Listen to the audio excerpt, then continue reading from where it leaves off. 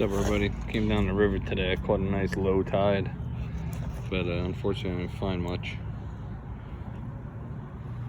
So this is what I found. I didn't tape it coming out because I didn't think it was anything until it came out. This is milk's emulsion. And found this guy. Not sure what it was, maybe an inkwell or something. Little shoe. Not really sure what it was. Pretty cool looking. I guess I'll keep it.